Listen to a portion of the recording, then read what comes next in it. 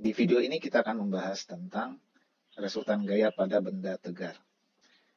Misalkan ada sebuah benda diberi 3 buah gaya, F1 4 Newton ke kanan, F2 5 Newton ke kanan, dan F3 3 Newton ke kiri.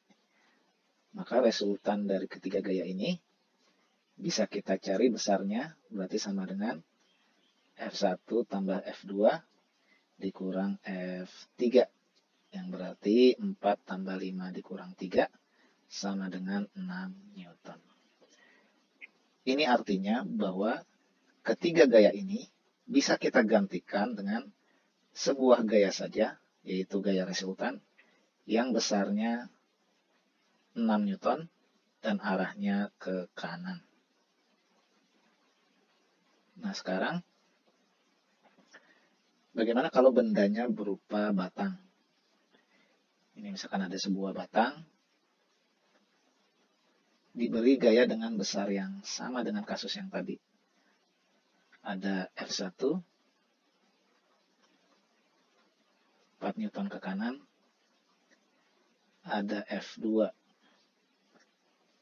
5 Newton ke kanan, dan ada F3 3 Newton ke kiri. Nah, maka dengan cara yang sama kita bisa dapatkan bahwa resultan ketiga gaya ini besarnya sama dengan 6 Newton, sama dengan ini. Ya. Nah, tapi sekarang timbul masalah. Resultan yang besarnya 6 Newton ini letaknya di mana? Ya, karena letaknya tidak bisa sembarangan. Kenapa tidak bisa sembarangan? Karena resultan ini dia bertugas untuk menggantikan ketiga gaya ini, sehingga efek yang dia timbulkan harus persis sama dengan efek yang ditimbulkan oleh ketiga gaya ini. Ya. Efek di sini berarti efek dalam menggeser batang dan juga dalam memutar batang. Ya. Harus persis sama dengan efek yang ditimbulkan oleh ketiga gaya ini. Nah, maka kita perlu mencari jarak X kalau misalkan resultan gayanya letaknya di sini. Nah, kita harus mencari berapa besar dari ini, ya, X. Jarak dia misalkan dari, misalkan poros di ujung atas. Nah, inilah yang membedakan antara batang ini yang termasuk sebagai benda tegar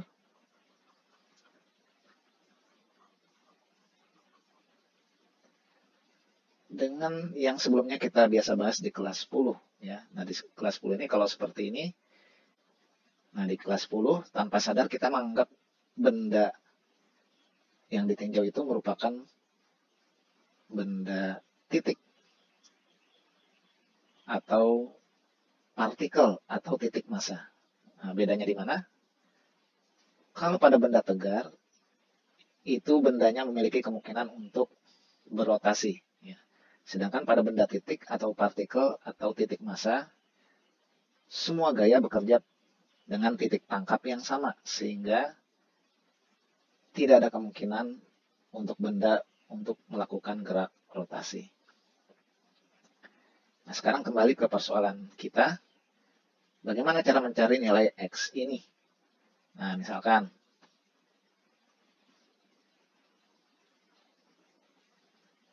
ini jarak X1 adalah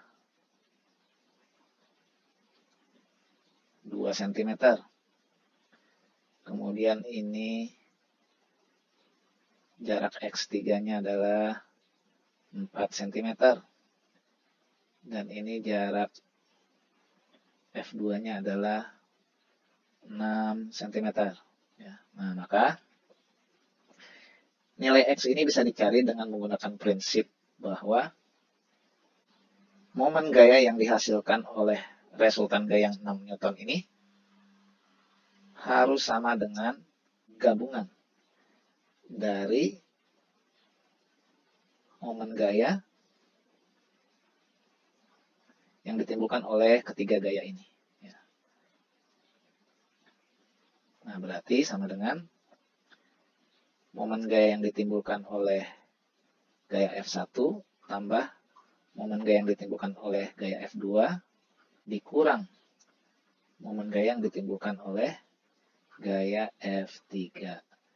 Nah, di sini yang perlu diketahui adalah dalam menentukan tanda positif dan negatif dari momen gaya, kita mengambil patokan bahwa gaya-gaya yang akan menyebabkan batang berputar berlawanan arah dengan jarum jam, ini kita beri tanda positif, sedangkan gaya-gaya yang akan memutar batang searah jarum jam, ini yang kita beri tanda negatif. Ya. Dengan poros di O, kita bisa lihat F1 dan F2 ini akan memutar batang berlawanan arah dengan jarum jam. Maka tau F1 dan tau F2 kita beri tanda positif. Sebaliknya, F3 ini akan memutar batang searah jarum jam. Sehingga tau F3 ini yang kita beri tanda negatif. Nah, ini kalau diuraikan, momen gaya yang diakibatkan R adalah XR dikali R. Momen gaya F1 berarti sama dengan X1 kali F1. Momen gaya F2 itu sama dengan X2 kali F2. Dan momen gaya F3 sama dengan X3 kali F3. Nah, berarti XR ini nilainya sama dengan X1 F1 tambah X2 F2 dikurang X3 F3 dibagi R. Ya. Nah, kita masukkan nilainya di sini. Berarti XR sama dengan X1-nya kita lihat di gambar ini sama dengan 2 cm. Berarti 0,02 meter dikali F1-nya adalah 4 Newton, ditambah X2-nya adalah 6 cm, berarti 0,06 meter dikali F2-nya 5 Newton, dikurang X3-nya adalah 0,04 meter, dikali F3-nya 3 Newton. Ya, nah ini berarti sama dengan, dibagi R-nya sama dengan 6 Newton. Ya. Nah, ini berarti sama dengan 0,08 tambah 0,3 dikurang 0,12 dibagi 6. Yang berarti sama dengan 0,26 per 6 meter. Ya. Nah, XR sama dengan 26 per 6 cm. Ya, berarti sama dengan berapa nih? 4/3 cm. Ya. 4/3 berarti ini ya. XR ini sama dengan 4/3 cm. Ya. Nah, inilah posisi dari titik tangkap resultan gaya R. Nah, misalkan sekarang ada sebuah batang diberi 3 buah gaya, F1 4 Newton, F2 6 Newton, dan F3 2 Newton dengan titik tangkap seperti pada gambar.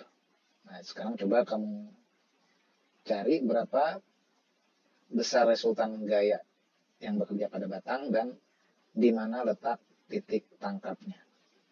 Silakan dicoba.